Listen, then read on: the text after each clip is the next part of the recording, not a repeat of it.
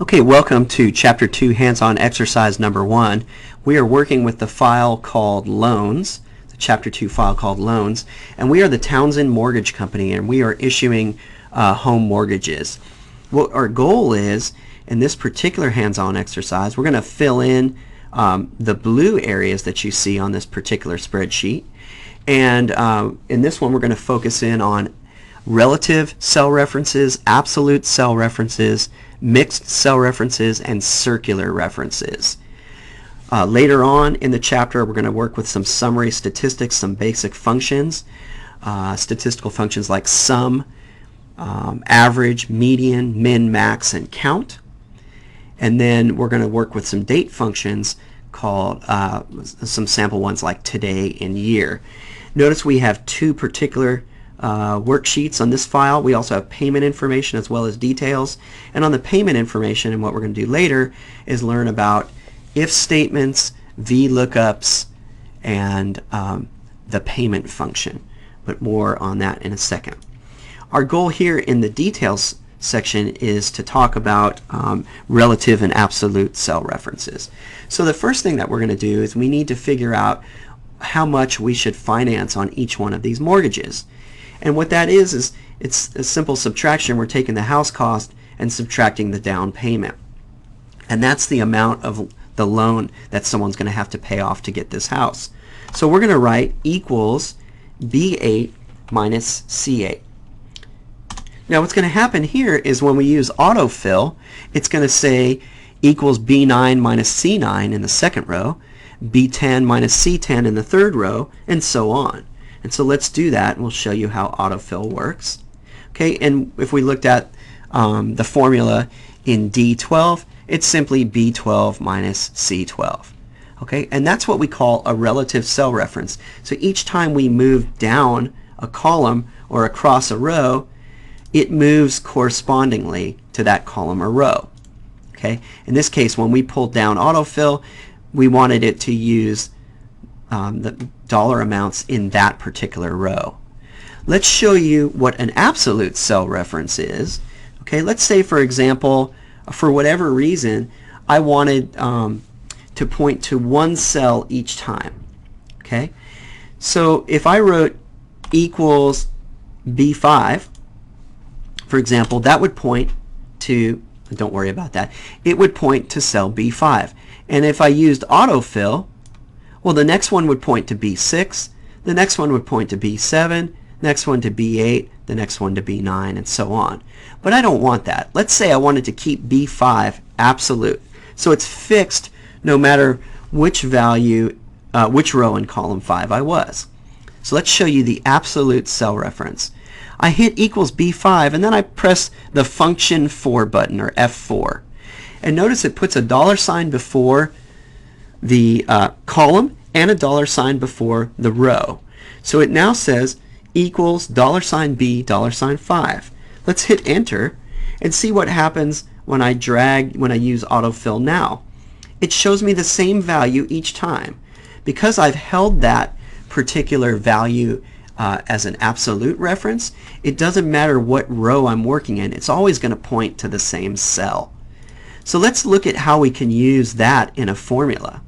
Okay, the rate per period is the annual mortgage rate in column E divided by 12, because we want to put these in monthly interest rates because we're paying our mortgage every month.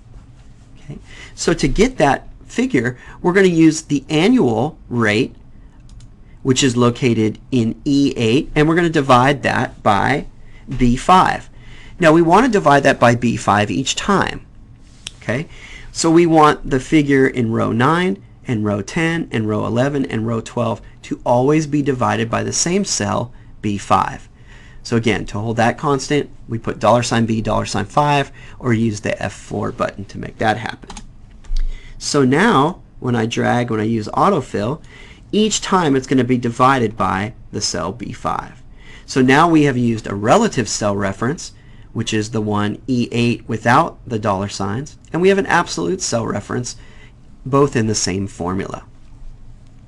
Let's talk about the number of periods. Again, this is a mixed formula where part of it is going to be relative, which is the years, and we want the years to change with each row, and part of it's going to be constant. We're going to multiply the number of years by the number of payments per year, which is 12.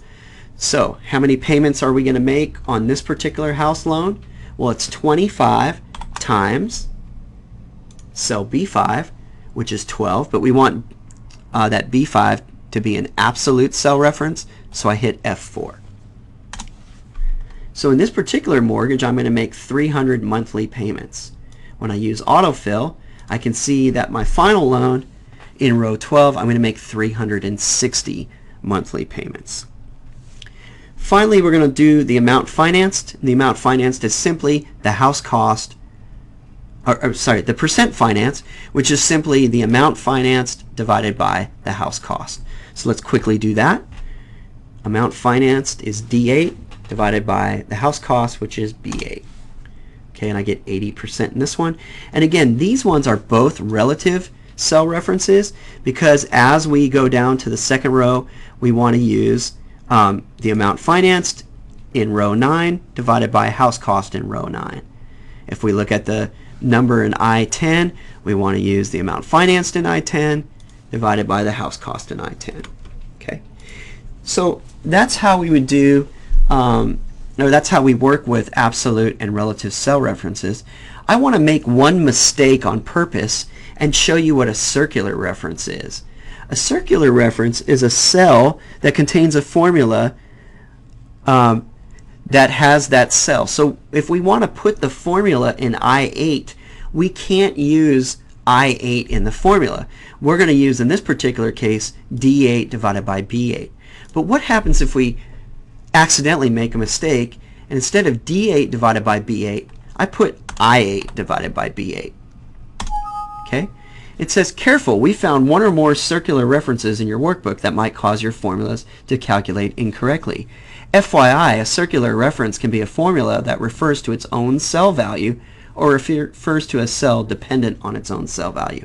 I'm going to go ahead and accept this and then use autofill to drag this formula down. Now I have a whole bunch of zeros, which is not what I was expecting. And then notice that in the bottom left of the screen, where it normally says ready, this is our status bar, and it says you have a circular reference. Okay, we're going to need to go ahead and look for the circular references on this sheet. And again, we made the mistake on purpose where we were using the column I in the formulas for column I. Let's go ahead and fix that again. Put that as D8 divided by B8, and then go ahead and use autofill. But that's an example of a circular reference, what it is and how to correct it. And that's hands-on exercise number 1 of chapter 2.